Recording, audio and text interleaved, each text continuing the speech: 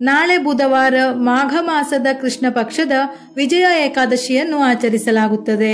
ಈ ಏಕಾದಶಿಯನ್ನು ಮಾಘ ಕೃಷ್ಣ ಏಕಾದಶಿ ಎಂದು ಕೂಡ ಕರೆಯುತ್ತಾರೆ. ಈ ದಿನ ಭಗವಾನ್ ವಿಷ್ಣುವನ್ನು ಪೂಜಿಸುವುದರಿಂದ ಎಲ್ಲ ತೊಂದರೆಗಳು, ದುಃಖಗಳು ನಿವಾರಣೆ ಆಗುತ್ತದೆ. ಈ ಏಕಾದಶಿಯ ಶ್ರೇಷ್ಠತೆಯನ್ನು ಸ್ಕಂದ ಪುರಾಣದಲ್ಲಿ ಉಲ್ಲೇಖಿಸಲಾಗಿದೆ.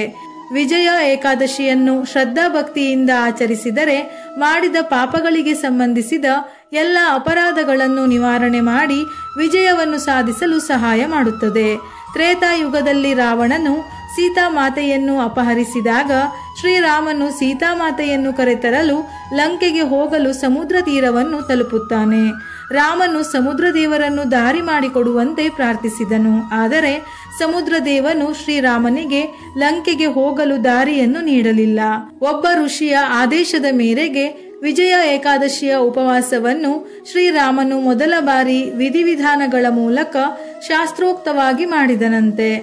ಹಾಗಾಗಿ ಲಂಕೆಗೆ ಹೋಗಲು ಶ್ರೀರಾಮನಿಗೆ ಸಾಗರದ ದಾರಿಯು ಸುಲಭವಾಗಿ ಲಭಿಸಿತು. ಇದರೊಂದಿಗೆ ವಿಜಯ ಏಕಾದಶಿಯ ಉಪವಾಸವು ರಾವಣನ ಮೇಲೆ ವಿಜಯವನ್ನು ಒದಗಿಸಿತೆಂದು ಅಂದಿನಿಂದ ಈ ಏಕಾದಶಿ ವ್ರತಕ್ಕೆ ವಿಜಯ ಏಕಾದಶಿ ಎಂದು ಕರೆಯಲಾಗುತ್ತದೆ. ಇದುವೇ ಈ ಏಕಾದಶಿಯ ವ್ರತದ ಕತೆ. ನಾಳೆಯ ದಿನ ಪೂಜೆಯನ್ನು ಮಾಡಲು ಸಾಧ್ಯವಿಲ್ಲವೆಂದಾದರೂ ಈ ವ್ರತದ ಕಥೆಯನ್ನು ಕೇಳಿದರೂ ಸಾಕು, ಒಳ್ಳೆಯ ಫಲಗಳು ಪ್ರಾಪ್ತಿಯಾಗುತ್ತದೆ.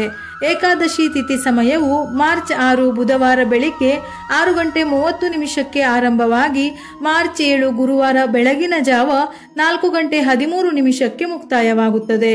ಉಪವಾಸ ವ್ರತವನ್ನು ಆಚರಿಸುವವರು ಏಕಾದಶಿ ತಿಥಿಯ ದಿನದಂದು ಉಪವಾಸವನ್ನು ಪ್ರಾರಂಭಿಸಿ ದ್ವಾದಶಿ ತಿಥಿಯ ದಿವಸ ಉಪವಾಸವನ್ನು ಮುಕ್ತಾಯ ಮಾಡಬೇಕು. ಈ ದಿನ ವಿಷ್ಣು ಸಮೇತ ತಾಯಿ ಲಕ್ಷ್ಮಿಯನ್ನು ತಪ್ಪದೆ ಪೂಜಿಸಬೇಕು. ವಿಜಯ ಏಕಾದಶಿಯ ದಿನ ವಿಶೇಷವಾಗಿ ವಿಷ್ಣುವಿನ ಅವತಾರವಾದ ಶ್ರೀರಾಮನನ್ನು ಪೂಜಿಸಬೇಕು. ಈ ದಿನ ವಿಷ್ಣುವಿನ ಪೂಜೆಯಲ್ಲಿ ಬಾಳೆಹಣ್ಣು, ಪಂಚಾಮೃತ, ಸಜ್ಜಿಗೆಯನ್ನು ಅರ್ಪಿಸಬಹುದು.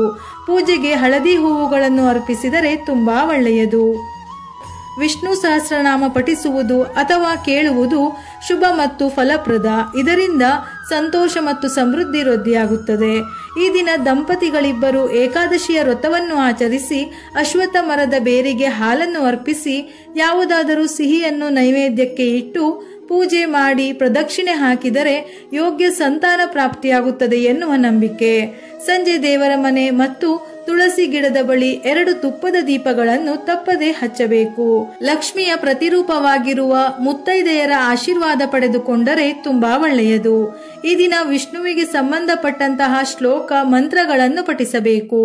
ಹಾಗೂ ರಾಮರಕ್ಷಾ ಸ್ತೋತ್ರ, ಹನುಮಾನ್ ಚಾಲೀಸ ಇವುಗಳನ್ನು ತಪ್ಪದೆ ಓದುವುದರಿಂದ ಅಥವಾ ಕೇಳುವುದರಿಂದ ನಾಳೆಯ ದಿನ ಒಳ್ಳೆಯ ಫಲಗಳು ಪ್ರಾಪ್ತಿಯಾಗುತ್ತದೆ.